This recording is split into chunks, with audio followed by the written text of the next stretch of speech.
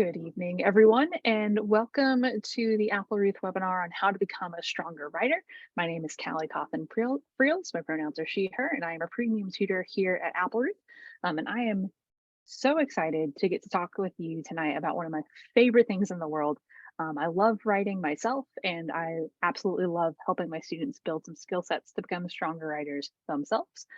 So we've got a nice little presentation this night for you that I hope will give you some really concrete strategies that you or your students can use to kind of build some of those skills.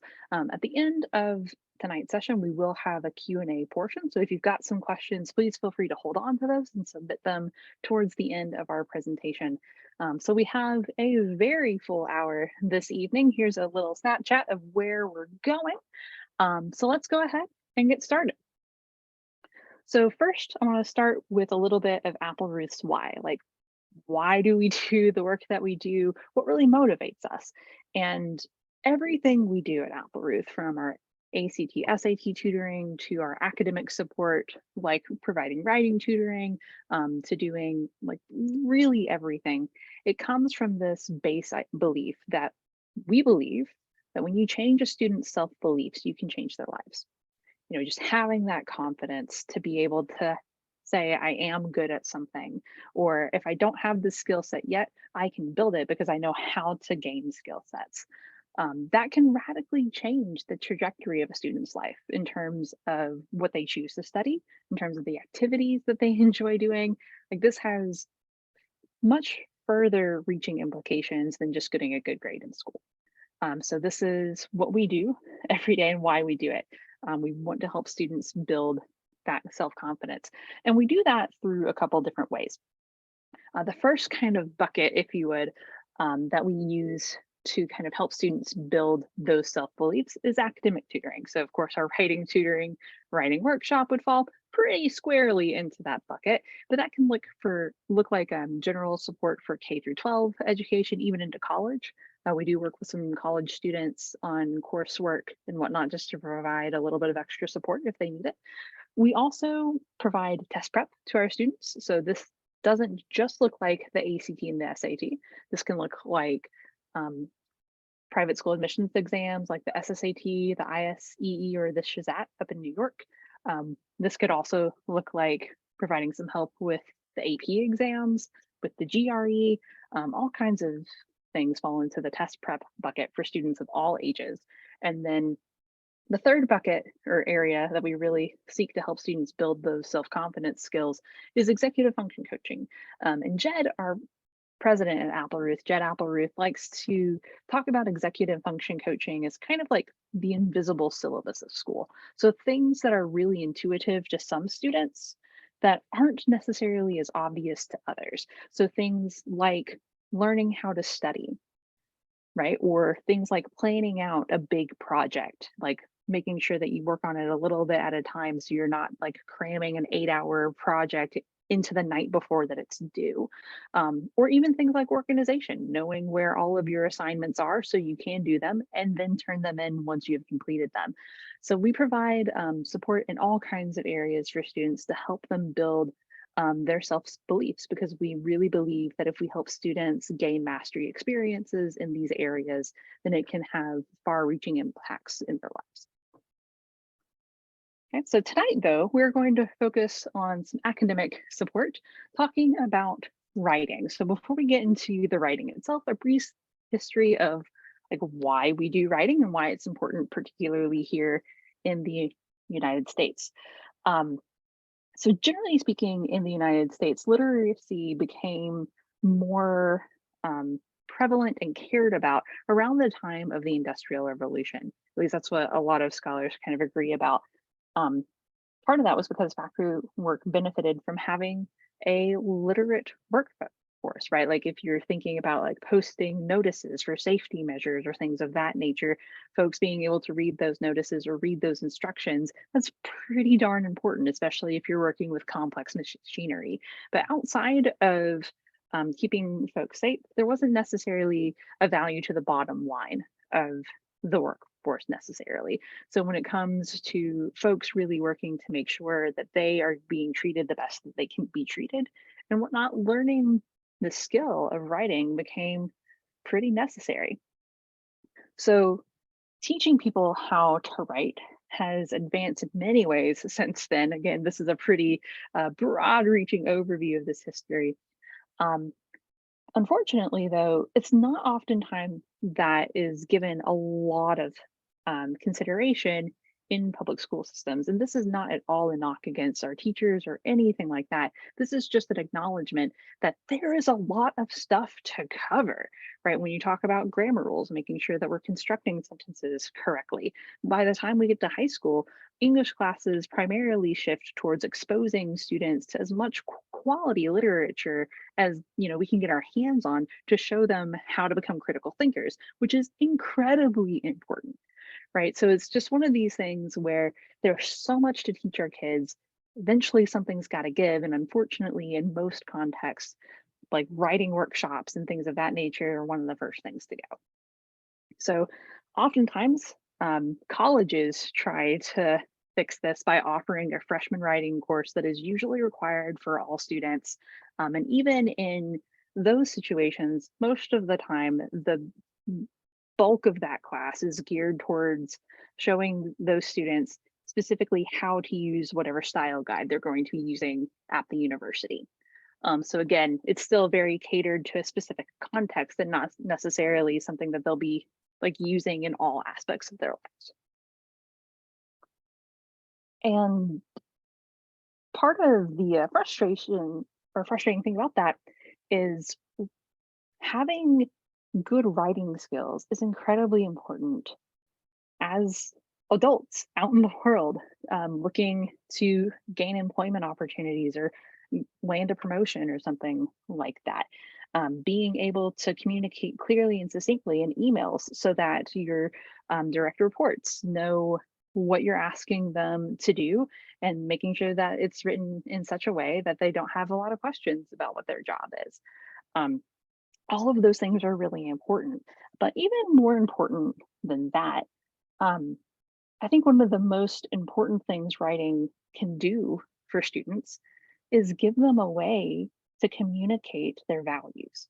Writing is an incredible avenue to have a voice, especially in the digital age where so much of what we do is text and we post on social media, we write blogs, like we do so many things that involve writing, and being able to communicate well through the written word is just a way to help students amplify their voice. If their writing isn't clear, isn't succinct, then that's going to affect the amplification of their voice. So when I'm working with students on writing, like they probably get really annoyed with me for how often I mention it, to be honest. I just remind them that this is their opportunity to shape their voice and to get it out into the world in a way that they feel represents them. Um, so that's one of the most important things I think students can take from this. Writing isn't a chore, but it's a tool. You can use it as a megaphone to really amplify the person that you want to be in the world. All right. So now that we've kind of dug into that a little bit, let's talk a little bit about the actual art of writing. Okay. So with writing, it's very much like making a travel plan. Like when you're getting ready to travel, you want to know where you're going and how you're going to get there. And the way that we talk about that with writing is really talking about knowing your goal, right? So, what's the point of this piece you're about to write? Who is your audience? Why are you writing this thing? And the why has to be a little bit more substantial than because this is an assignment my teacher gave me, right? We want to make sure that before we write the piece, we know what we want our reader to get out of it. Okay. Generally speaking, prose can only accomplish a couple of different things. One thing that it can do is tell a story. This can be fictitious, like fantasy, or this can be more autobiographical, right? So telling a story is one thing that prose can do. Explain something, like give instructions, or give us a play-by-play on how something works, or offer an opinion. Right, so think very much classic persuasive essay here. where you are arguing for a particular viewpoint or for a particular action to take place. Okay. Once you know your goal, that doesn't mean that the most effective thing to do is to immediately begin writing what you hope will be your final product. Anything worth writing down should go through some pre-writing. Okay. And there's no one right way to do a brainstorming or pre-writing exercise. And the point of the brainstorming or pre-writing is to kind of take an opportunity to see all of the different directions you could take, all of the ideas you could incorporate into your argument, and then see which ones, just a handful, most clearly help you achieve your goal. Okay. So again, there's no one right way to do this. I'm going to provide you a couple of different exercises that you could do for your brainstorming and pre-writing. Some of them are going to be more helpful for one type of writing, say like if you're writing a short story, and others are going to be more helpful for some of the more analytical nonfiction writing pieces that you may have to do for school. Okay. So first up is free writing. So free writing is when you just write whatever comes to your head without worrying about the structure or the mechanics. You're not worrying about if all of the ideas connect to each other. The goal here is just to get the ideas out of your head and onto the paper or the screen if you're typing. Okay. So with your free writing, you're often going to end up with more ideas than you're going to be able to incorporate into your piece, which is okay. Generally speaking, it's easier to cut stuff away than it is to add stuff to a piece. Um, so the goal here is just to get the ideas out. You never want a free writing piece to be your final assignment, though, the thing that you end up turning in, because normally like those transitions are going to be rough, right? Because the goal here isn't necessarily to create something that smoothly connects all your ideas. It's just to see all the potential directions you could take it if you want. Generally, if I'm doing some free writing, I may identify 10 potential talking points. But if I'm writing a 5 paragraph essay, I probably only need 3 or 4 of them, right? So I would pick the ones that I feel are the strongest and most directly related to whatever it is I'm writing about. And then the other ones, I'm not going to toss them, right? I may save those for a different assignment, right? They may be relevant on something that I'm doing for a different class. Who knows? Um, I just wouldn't include them in this particular exercise. Okay. Next up is journalist questions. Sometimes I have some students who they get a topic and they are just not even sure where to start. Like if I ask them to do a free writing exercise, they would just look at me like a deer in the headlights and be like, I don't have any thoughts about this. I don't have any thoughts to transfer from my brain to the paper. So free writing is not going to work for me.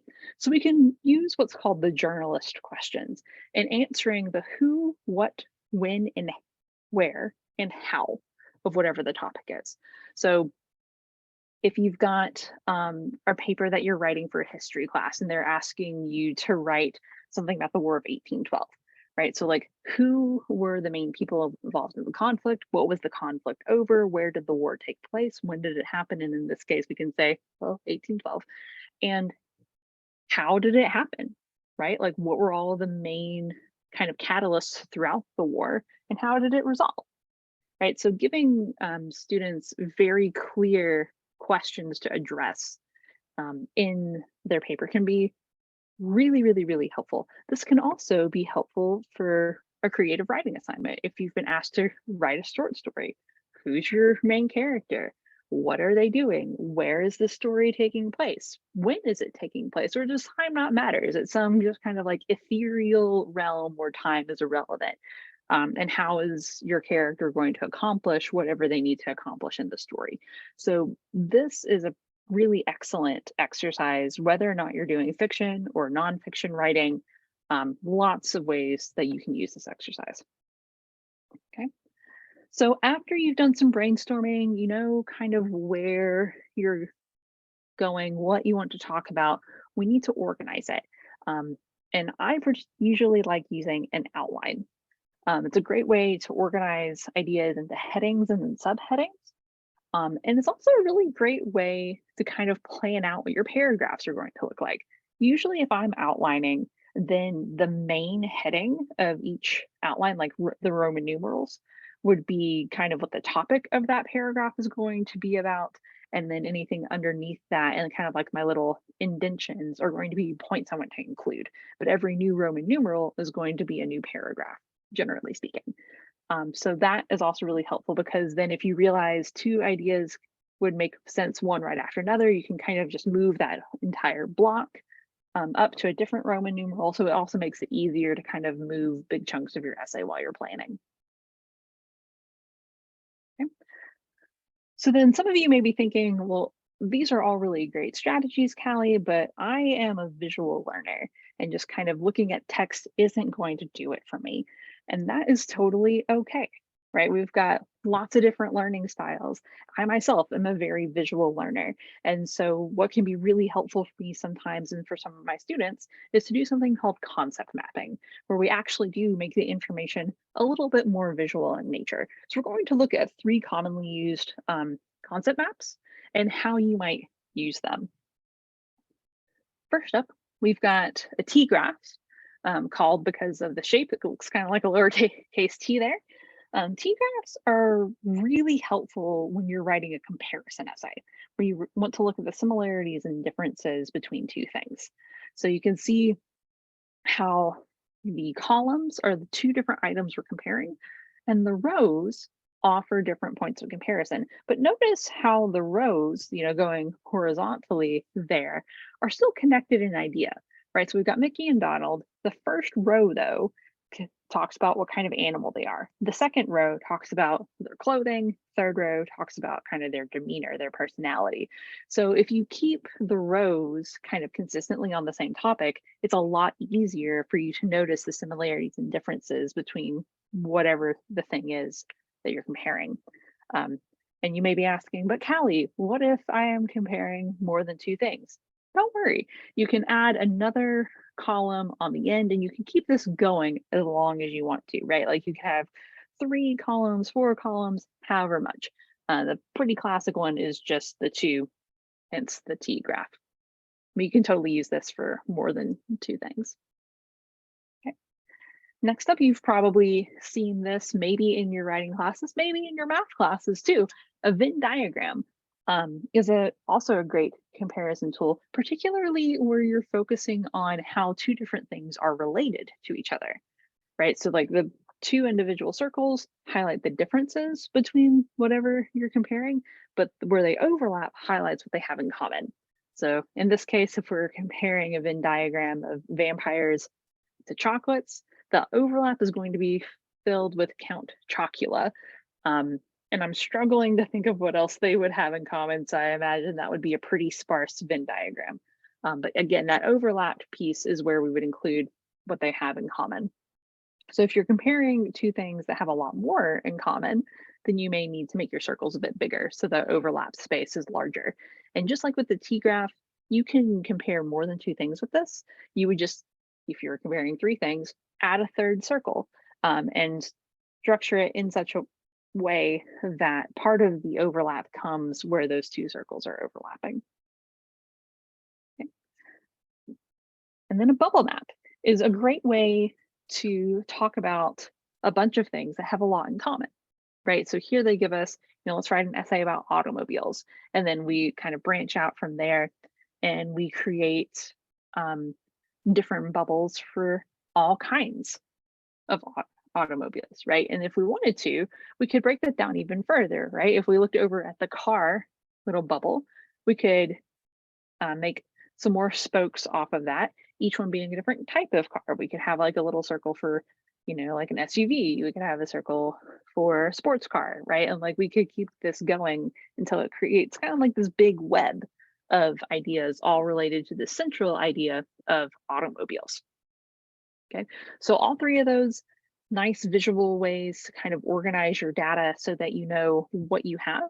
And just like with what we talked about with the other pre-writing exercises, just because you have a piece of information here does not mean you need to try and shove it into your final product. You want to highlight the things that most directly connect with your goal, And then again, the other things you can just kind of save for later. Maybe that's for a different writing project. Okay, awesome. So we've talked about doing our pre-writing, doing a little bit of organizing. Again, we want to treat this kind of like a road trip. We want to know where we're going and how we're getting there. Now we can begin to work on the actual art of writing. So we want to make sure that, again, we've identified what our reader should get from this by the time they finish reading the piece, right? So like if you're writing a narrative, like is there a lesson they should learn? Should they just connect with the character in a way that makes them feel some kind of emotion, right? If it's an analysis, what do you want your reader to learn from this? Right? And should they have any questions by the end of reading this? If it's an argument, um, what are you trying to persuade them to agree about? Right? So just making sure that, again, you know where you're going, and then you can pick the pieces from your brainstorming and pre-writing that help you achieve these goals. Okay.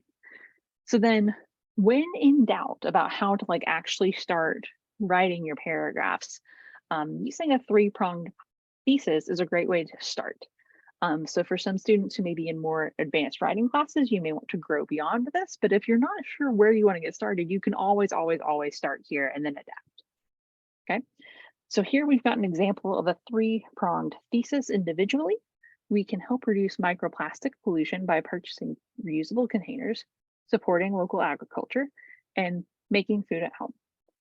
So if we hop over to the next page here, we can see what our three prongs are. So the 3 points that we've made in this thesis pertaining to how to reduce microplastics is to purchase reusable containers, supporting local agriculture, and making food at home. Generally speaking, if we are going to write a 5-paragraph essay, each of these prongs would then be 1 paragraph in the body of the essay. But let's say you're in a higher level writing class, and instead of a 5-paragraph essay, your teacher wants a 5-page essay. And it's generally frowned upon for there to be 1 paragraph per page. So that just means that we're going to have a couple of paragraphs pertaining to each point. And we wanted to make it clear at the beginning of the new section that we've got a really effective transition from one idea to the next. Okay. Speaking of transitions, we've got it organized here, just like we said a second ago. Each prong is going to be its own separate section, right? In this case, if we're doing a 5-paragraph essay, 3 separate paragraphs, and then an introduction and a conclusion. Okay. Your introduction should always include your thesis, and your conclusion should always recap what you stated, right? The conclusion is not a place to add new information. One of my professors in grad school said that generally speaking, your paper should start with telling your audience what you're doing. The body should be what you're doing, and the conclusion should be what you did, right? So very much just constantly telling your readers, this is where we're going there, hey, look where we went. Okay, so then let's get into talking about the organization of specific paragraphs. As the slide says, this is not often an intuitive skill. Some folks are really good at it just based off of maybe how much reading they do or when they listen to people talk. Other folks are not quite sure where they should make those breaks. A general rule of thumb is if you're talking about something new, that's when we need to make a break to a new paragraph. Okay. So if you are trying to get feedback from a friend and saying, hey, like, I'm not entirely sure where I should break this paragraph up, asking them where they think a new idea starts is a great place to start. If you're providing feedback for a friend, then you see like maybe they've done that error of having a page-long paragraph. Let them know that they need to break it up, but let them decide where. And if they're not quite sure where, then you can flip the question on them and ask them, well, where do you think you start a new idea? Or is there a way that maybe we can break this larger idea down into two smaller ones? Okay. So when structuring paragraphs, um, we need transitions 1,000%. Like having some good transition words can really, really, really make your writing easier to follow. So that way your readers know like how to best track your ideas. It's also a really great way to help us move from one paragraph to the next. So there are all kinds of transitions that we can learn. Sometimes they help us talk about contrasting ideas. So like here we've got the word but, which we would use to indicate a shift in one idea to the next. So if I say I followed the recipe exactly, but my cake kind of failed, right? The but lets us know that whatever result happened was unexpected, depending on whatever statement one was. Okay, so here is a table with a lot of really fantastic transition words. So I would definitely recommend grabbing a screen grab of this right now so you can take a look because, there are a lot of words that do the contrast thing like the conjunction but does, but there are lots of things that we can do. We've got transitions that add emphasis. Like if we really, really, really want to drive home a point to one of our readers, then emphasis. If we want to further elaborate on a previous idea, then we can do some of the ones under the addition. We've talked about contrast already. And then of course there's order. This one is particularly helpful if you're writing an analytical piece that is about giving people instructions, right? If you want them to do things in a certain order, having those order transition words can be incredibly helpful. So definitely recommend taking a screen grab of this and see where you can start using some of these in your own writing, right? Like if there's one particular transition word that you use all of the time, like for me, when I was in college and in high school, my transition word of choice was however. I used however so often that my thesis advisor circled it with a big red pen every single time that she saw it and said, pick a different word. And I am so thankful to her for doing that because it helped me kind of build a more robust vocabulary to use. So see if there are any words on here that you could kind of shake it up with a little bit. Right. So now we've talked a bit about doing pre-writing work. We've talked a little bit about doing the writing work and how transitions can really, really, really, really help us connect our ideas and move more smoothly from one idea to the next. And now we have to talk about what I think is probably my students' least favorite thing to talk about, and that is the importance of revision. Okay, so when it comes to writing, few people are able to get it absolutely perfect the first time, which is why we do a lot of planning, right? So if we do all of the planning well, then our first draft, our rough draft, should be more of a not so rough draft, right? Depending on the time and energy we put into our brainstorming and pre-writing. Okay. Um, so if we've done well with our pre-writing exercises, we may not need to do a lot of revision. Regardless, no matter how long you've been writing, you need to make sure that you build in time to revise your essay. Whenever I'm working with students on papers for school, we always kind of map out like, okay, I know if this paper is due on the 20th, we need to have it done by the 18th. So we have time to go over it and see if there are any typos we need to correct or if there are any sentences that aren't as clear as we thought they were originally. Okay, so you always need to build in some revision time. So instead of just kind of casting a broad net when you look to revise a piece and just saying, oh, I need to go through and fix what's wrong with it, give yourself some really clear goals. Okay, so saying, okay, well, is my thesis clear? Like, is it clear to the reader what I'm writing about when they get to the end of my introduction? If not, you may need to tweak your thesis a little bit. So specific details, are you providing specific pieces of evidence to support your claim? That's something that you can use to evaluate your essay, making sure that you have organization, making sure that you've got those paragraph breaks, and also making sure that you include sentence variety. We definitely want to make sure that we are using good sentence construction, but that doesn't mean every sentence needs to be the same. Otherwise, your paper is going to read like, this is Spot, see Spot run, Spot catches the ball. Like, and that gets pretty boring pretty quickly. So making sure that you're using maybe some different punctuation tools, maybe using some of those transition words, throwing in some conjunctions, all kinds of fun stuff, just to kind of shake things up a little bit with your sentence variety. And then lastly, word precision. Another way to think of this is word economy, using as few words as you can to communicate the point, right? So this is a place where I think sometimes students struggle if they're struggling to meet a maximum word count. Say you've got a maximum word count of 800 words, and for the life of you just can't get it past 750. I have students go through and say, oh, well, maybe I can use a lot more smaller words in one area as opposed to this one nice word that I picked. Don't do that. It's just going to weaken the quality of your piece, and you would be better served finding an additional point to talk about.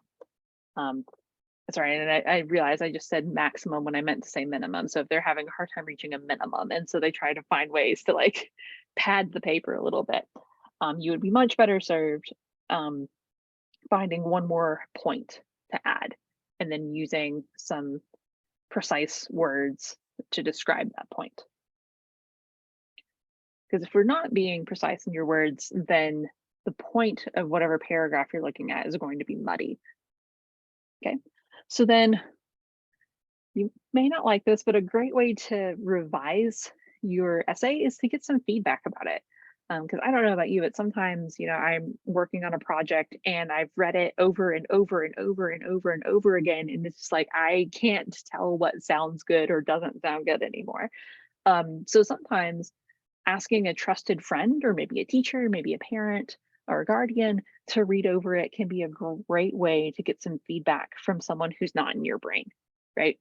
This is also a fantastic way to see if you're being as clear as you think you're being, because something might sound really fantastic in your head, and when you see it on the paper in your voice, it makes perfect sense to you. But if you give it to someone else who's not in your head, they may say, wait a second, you went from point A to like point C, but you lost me there in the middle. I need a point B to follow your train of thought. Okay, so that can be incredibly helpful. In the same vein, some of your friends may ask you to provide feedback as well. So when you do provide feedback to other folks, it's important that your feedback could be constructive, right? So you shouldn't just like list out, here are all of the things that's wrong with this essay. It should provide some steps for what they can do better, like, or like give them some suggestions. Okay, so here we've got an example. There is, you know, instead of pointing out every like grammar mistake, focus on maybe if every paragraph supports their thesis. Okay, making sure that the evidence really supports their claim. Okay, and then if they've done all that really well, then, you know, nitpick some of the grammar rules and whatnot. Make sure that things are spelled correctly and things of that nature. And generally, it's helpful to give feedback in the form of a question, right? So, like, let's say hypothetically, we're talking about the microplastics example we were talking about earlier. And, you know, one of the points they make in one of their body paragraphs is making food at home reduces microplastic use. People should make food at home. If that was something that I saw, I might ask my student, okay, will you make this claim that making food at home reduces microplastics pollution? How? How exactly does it reduce the pollution? What benefits are there to doing this? Like, why is it actually helpful? And so, generally speaking, if you write something or write a statement that you can ask how or why to, and it's not clear from what you've already written, you need to add a little bit of explanation. Okay. And now everyone's favorite part. Um, Writing is not an innate skill, right? It's not something that we all come out of the womb knowing how to do, like breathing. Um, Writing comes from practice in the same way that um, great athletes aren't just naturally good at their sport. They spend hours and hours and hours off the field or off the court doing warm ups, doing drills with their teammates, doing conditioning. Same thing with musicians. They spend hours in doing warm ups and technique exercises and whatnot. Writing is 100% the same way. You have to dedicate some time to practicing writing in order to grow as a writer. The nice thing is that doesn't have to be a drag, right? Um, so you can do some exercises that can promote growth that I honestly think are a little bit fun. And maybe that's because I'm a hashtag nerd, but I think some of these can be really as fun as you make them. So I'm going to give you a couple of exercises that you can do maybe for a class or outside of class to help you grow as a writer, just so you have something to practice with. Okay. And it's important to note that when you come to this, it's incredibly important to come with a growth mindset. Um, so the difference between a growth mindset and a fixed mindset, a fixed mindset is like something that you believe about yourself in concrete. Like it's a quality that you have. It's just a part of who you are. There's no changing it. So an example of someone who has a fixed mindset might be someone who says, I am a bad writer. I am bad at writing, right? Where if we think that, that kind of becomes like a self-fulfilling prophecy. Because you believe you're a bad writer, you don't work on your writing, and therefore your writing continues to receive poor grades, right? If we approach it with a growth mindset that says, my writing's not the greatest right now, but there are some skills that I can learn, that is something that can radically change how you view your learning. Okay. So it really comes with how we interpret a mistake, right? So if we have a fixed mindset, we may be more likely to view a mistake as justification that we're bad at something. To whereas students who generally see growth in their academics treat a mistake as an opportunity to learn something new. Okay. And a growth mindset like literally changes the chemistry of your brain. Like the science behind it is wild, but it effectively creates, like stimulates the growth of new neuron paths in your brain, which is important for a healthy brain, first of all, but it also generates creativity. It generates like learning new thought processes and whatnot. So being able to approach writing with a growth mindset will allow you to like literally think about it in a way that you've never thought about it before because there's a new neuron pathway generating those thoughts. Okay. So, generally speaking, when it comes to how you practice writing, how you promote growth, you can think of the air quote 3 R's: read, write, and revise. I know all of the grammar folks are groaning because that middle quote R is actually a W for write. But if we think of it as the 3 R's as a mnemonic, it helps us remember it better in terms of like a study skills kind of a thing. So, first of all, in order to become a better writer, read good writers. It's very much that idea of if you're a musician and you want to become better at your craft, or you want to become better at a specific part of your craft, you listen to people who do that thing well. Like if you are a clarinet player and you want to get better at glissandos, you listen to people who are really good at that. Right? Or if you're a basketball player and you want to improve your 3-point shots, you watch people who are good at hitting those 3-pointers and you kind of study what they do. Writing works the same way. Um, when you want to grow as a writer, like let's say you want to get better at a specific type of writing, if you want to become a better poet, read good poets, but don't just read it for enjoyment. Read it uh, for the act of studying what they're doing. So you can see some questions here on the screen to kind of ask yourself some while you're reading through some of these points. So if you're learning how to become a journalist or you want to be a journalist when you graduate from college and that's the field that you want to go to, read articles by good journalists and see what are they doing to captivate their audience. How are they telling the story? What pieces of information are they including? What information did they leave out? And just really see like what the top people are doing to see how you can incorporate that into your own writing, not to copy, right? Because plagiarism is real. We don't want to do that, but just so you can see what their style is and to see if there's any aspects of their style that you can include into your own writing. Okay. So then getting to the next part of our read, write, and revise, we want to actually spend time writing.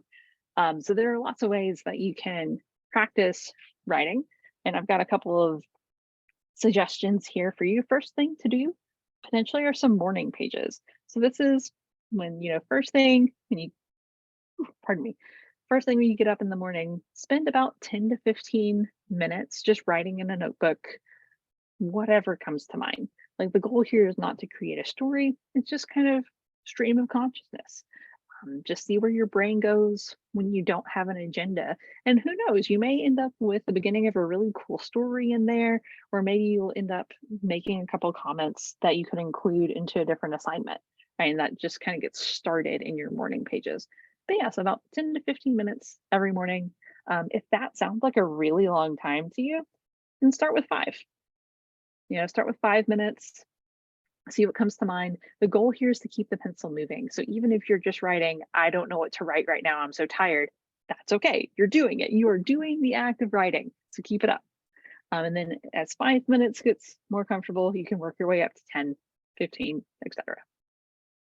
Okay.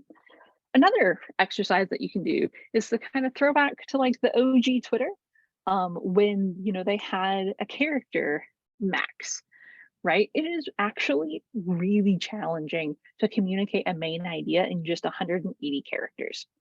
So there you have to be really precise about what words you use. So take maybe a chapter of a book that you're reading for school and see if you can summarize it in 180 characters, right? Like this is a fantastic exercise in helping you learn to be really precise and careful with what words you pick. I cannot recommend this exercise enough. And also, if you do that with things that you're reading for school, bonus, you get a really helpful study guide that really highlights for you what the main point of each chapter is. So not only do you get to practice writing, you also build a really awesome study resource for yourself for whatever that next exam is. Win-win. Another great way to build those writing skills is to just kind of look for prompts. So like maybe you pull up a random picture online and you create a short story based off this image. You can start by asking yourself questions about the image. Like, why are they all looking at me? Did I do something embarrassing? And maybe they're trying not to laugh. Everything in the picture looks kind of dated. Did I just time travel? You can ask yourself questions about the image to get the juices flowing. If the picture doesn't really do it for you, then you can also get some writing journals that have some really great prompts in them. I've got one here that I got at Target called Write the Story, where basically at the top, they give you a scenario and then a suggestion for some words to include. So it may be something like, you ordered coffee at a Fay cafe and you gave your name, right? What happens next? Or something along those lines. When I was in high school, our creative writing teacher also had this little block that was literally called a writer's block, but each page was a different scenario. One of the scenarios we wrote about one time was that you and your worst enemy got on the elevator together and then the elevator got stuck and you were there in the elevator together for 3 hours. What happened? So all kinds of fun resources out there related to this kind of thing where you're given a prompt and asked to respond to it. Okay, so here are a couple other prompts that you could absolutely use if you wanted to. Very much of that same vein. It's just about like kind of creating whatever story that you would want to tell from those prompts. Okay, so for those of you who are thinking, okay, well, like the creative short story is not really my jam, that's totally fine. You can also do this with persuasive essays and other kinds of things. So here for particularly our younger writers, doing kind of like a yes, no binary, I think is totally acceptable. So do you agree with these statements? Actions speak louder than words. Yes, no. Why?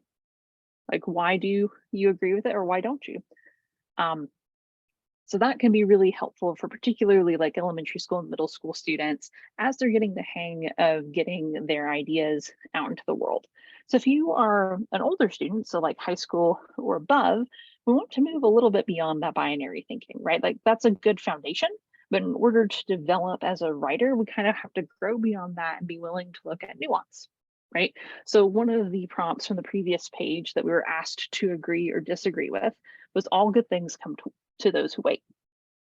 My response to that idea is that, well, it depends on the context, right? So if you're baking a cake, it's absolutely good to wait until it's finished baking. If we don't wait, if we eat it before it's done, everyone could get salmonella, and that's not a great time. Um, but in other contexts, waiting is bad.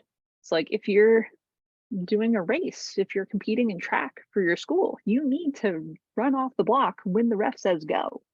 Like waiting there would be would be detrimental to the outcome of your race, right? So being able to approach an idea with nuance is important. It's important to note here though, this is not wishy-washy thinking, right? I still have a thesis. My thesis is context matters, or the context or situation that I'm in will determine if I need to wait, right? That is a very clear thesis that you can argue. Wishy-washy thinking would be like, well, some people like to wait, other people don't like to wait. I'm personally undecided, right? Like that's kind of all over the board, right? But having a very clear thesis that you can still argue, super important. And if you can do it with nuance, even better. Okay. Another exercise that you could do is to write out the steps explaining to someone how to do something, right? So like during like peak pandemic times when the lockdowns were happening across the country, like all over everywhere, people were suddenly posting signs about how to properly wash your hands. And I know so many of my students were so surprised when they saw these signs because look at this one. This one has 11 steps for washing your hands. 12 if we include step 0 that they've numbered here. That's a lot more steps than I think most people would think, right? Or asking some, like writing down the steps for making a peanut butter and jelly sandwich. I bet that has more steps to it than you think it does. And one of the best ways to test your attention to detail is to create the list of those steps and hand it to somebody and say, hey, follow these instructions as literally as possible, right? If they skip a step that you thought was intuitive, then you need to say it explicitly. Okay. All right. And then, as stated earlier, don't forget the importance of revision. Absolutely need to make sure that whatever you're working on, you get your revisions. Okay. And then, when all else fails, keep writing. Writing is a skill that you only get better at by writing. It's just how it works. Um, so even if you feel like you hit a rough patch, or even if you feel like you're kind of struggling to getting the ideas in on the page, just keep going. Um, and even if you feel like you're a really strong writer, keep writing because it's a skill that you, like, in my opinion, you never master. It's only something that you continue to grow and refine as you gain more skills. All right, fantastic. Well, we are about to transition into a question and answer time. But before we do that, we have a quick poll to talk about. And while we get that poll up, I also want to make you aware of some really awesome opportunities that we have at Apple Ruth. So if this information was intriguing to you and you want to learn how to do even more, we have a writing workshop with our own writing curriculum that we use with students. The curriculum is adaptable for students grades 5 through 12, and you end up working with a tutor one-on-one for that experience. the 5-part curriculum where you talk about how to structure essays of different types, including some of the types that we talked about tonight, like persuasive, comparison, analytical, all that good stuff. And the best thing about it is you get matched with a tutor who has availability similar to yours. So you can meet one-on-one at a time that's convenient for you. It's a really fantastic experience. I've had the opportunity to use this curriculum with several students and I adore it. So it's definitely something I want to encourage you to check out. And if you heard me talking about the EF coaching earlier, like that invisible syllabus of school, like learning how to organize, learning how to advocate for yourself with your teachers, um, learning study strategies and all that good stuff, then you may want to check out our executive function coaching. So we have a diagnostic package wherein you take a quick assessment to learn your executive functioning strengths and weaknesses, and then you get matched with one of our coaches to talk through the results of that assessment, and then begin working on a custom coaching plan. So it's a really great opportunity. $150 is a steal for that. You can call one of our advisors at the number on the screen in order to kind of talk through a little bit more about what that looks like. All right, well, we will move into our question and answer portion now. See here. So we do have a question here that says, do you have resources available for writing college essays? That's a fantastic question. So I'm going to answer it in 2 ways, just to make sure that I'm covering the bases here. So if you're asking about the college admissions essays, that is a resource that Apple Ruth does not offer, but we have connections with several great independent education consultants throughout the country. And we'd be happy to talk with you and maybe recommend one of our partners to you who do provide resources for that particular need for our high school students. If you're asking about essays in college, like you are a college student who is looking for assistance with writing essays for your coursework, we don't have a curriculum geared for that exactly, but we have fantastic tutors who are trained to help with, crafting essays and things of that nature, who would be absolutely happy to work with your students one-on-one. I'm working with several college students right now actually on exactly that. So hopefully that addresses your question, Gail. I'm looking in the chat. All right, fantastic.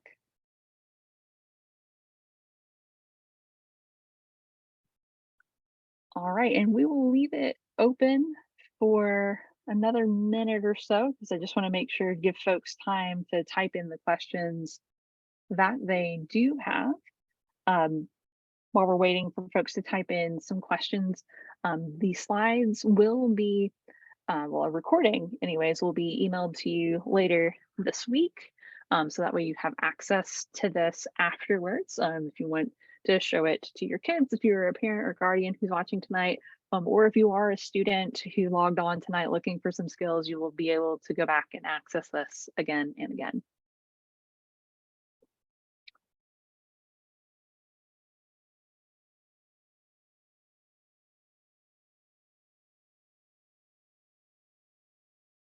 All right, well, fantastic. Well, it has been a pleasure hanging out with you all this evening. If you have any questions afterwards, because I know that I am the kind of person who needs like a little bit of time to kind of ruminate on information that I get, feel free to shoot us an email, info@appleruth.com, to ask for more information about our writing curriculum, or you're also welcome to call the number on the screen, 1-866-789-7737, to learn a little bit more about our writing workshop and to learn a little bit more about our academic tutoring options and our test prep tutoring options.